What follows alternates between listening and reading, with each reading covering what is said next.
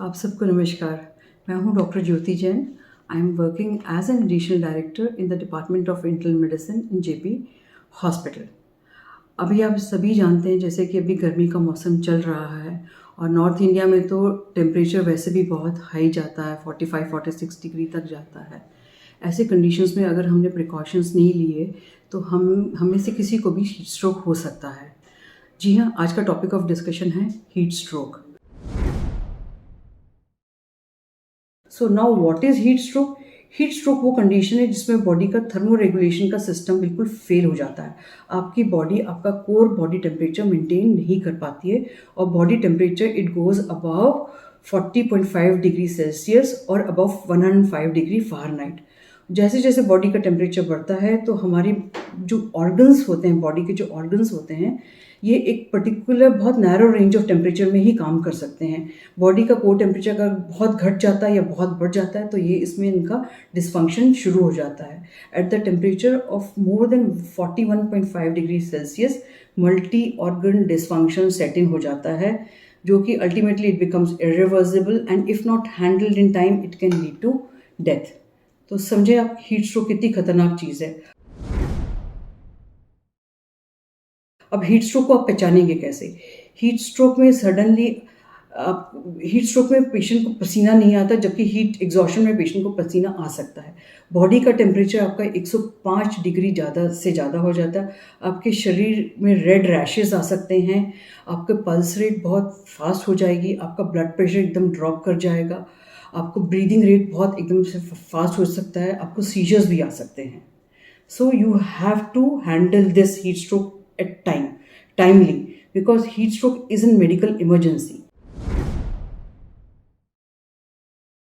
पर medical emergency तो है तो अब पेशेंट को आप हॉस्पिटल में शिफ्ट करोगे, पर शिफ्ट करने के पहले आप क्या कर सकते हो जो पेशेंट को आगे बहुत लाभदायक रहे, जिससे उसकी जान को खतरा नहीं हो।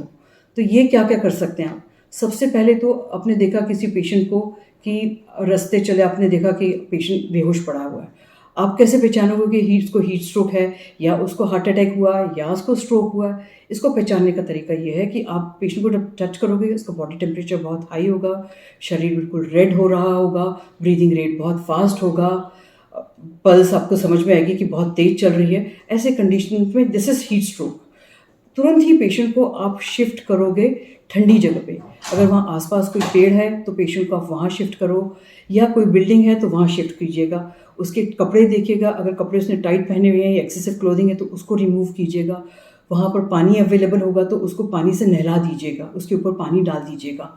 और अगर आपके पास ठंडे पानी की फैसिलिटी है तो और भी अच्छा, आप पूरा ठंडा पानी उसको डालिए, अग्रेसिवली ये कीजिएगा। और अगर ठंडा पानी, अगर आपके पास आइस पैक भी आपको मिल जाते हैं या आइस भी मिल जाता है तो ये भी बहुत अच्छा रहेगा। आइस पैक्स आप उनके रख सकते हैं एक्जिला में, उनके नेक पे, उनके ग्रोइन एरिया में। ये सब अगर आप करेंगे तो इससे aggressively the motto is to cool down the patient as early as possible to the desired temperature. तो जैसे ही कूलिंग होगा फिर धीरे धीरे पेशेंट को आपको लगेगा कि होश भी आने लगता है। तो ऐसे में जैसे ही होश आता है पेशेंट को तो पेशेंट बहुत डिहाइड्रेटेड भी होता है, तो इनको आप पानी पिलाइएगा, खूब पानी पिलाइएगा। ये चीज़ें आपको करनी होंगी। और इन द मीन टाइम जब तक आप ये करेंगे तब तक आपके शायद एम्बुलेंस या मेडिकल फैसिलिटी आपको अवेलेबल हो जाएगी and shift the patient immediately to the hospital.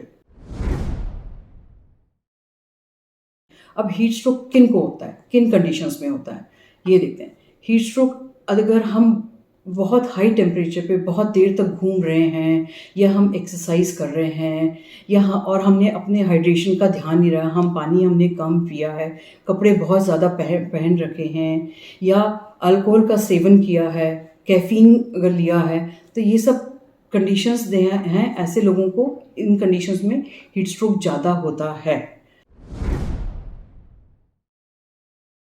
कौन कौन से लोग ज़्यादा वल्नरेबल हैं?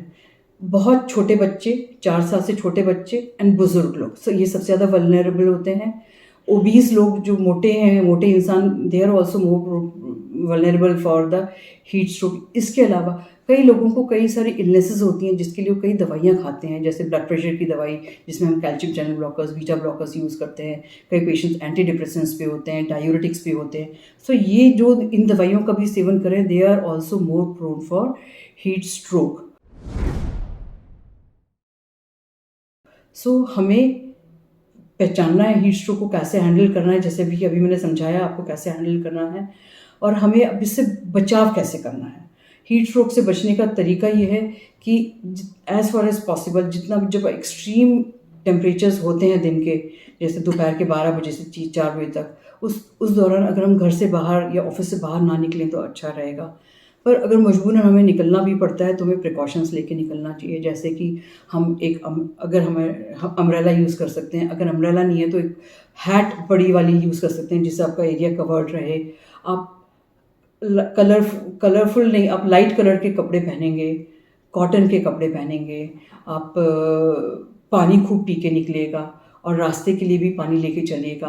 आप कई ठंडे पदार्थ, पेय पदार्थ पी सकते हैं, जैसे कि आप ये हो गया जूस, तो फ्रूट जूसेस हो गए, आपका नींबू पानी हो गया, छाछ हो गया, लस्सी हो गया। पानी का इंटेक पूरे जगह बहुत अच्छा से रखिएगा, और आप कोशिश कीजिएगा गॉगल्स लगा के निकलेंगे, सनस्क्रीन लगा के निकलेंगे, और निकलने के पहले अल्कोहल और कैफ़ीन का सेवन ना करें। एक बहुत इम्पॉर्टेंट चीज़ है, जैसे हम सब लोग बच्चों को कार में बंद करके चले जाते हैं। आपको पता है कार का temperature is 10 degrees higher than the outside temperature. ऐसे पेशेंट्स को, ऐसे बच्चों को अगर आप बंद करके चले जाते हैं तो देयर आर चांसेस कि छोटा बच्चा, जिसको बहुत हाई चांसेस रहेगा कि हीट स्ट्रोक में जाने की, क्योंकि छोटे बच्चों में हीट स्ट्रोक बहुत ज़्यादा होता है, और कार के इतने हाई टेम्परेचर से he is very vulnerable for the heat stroke, he और she is very vulnerable for the heat stroke. तो कभी भी अपने बच्चों को कार के अंदर गर्मियों में बंद करके मत जाइए।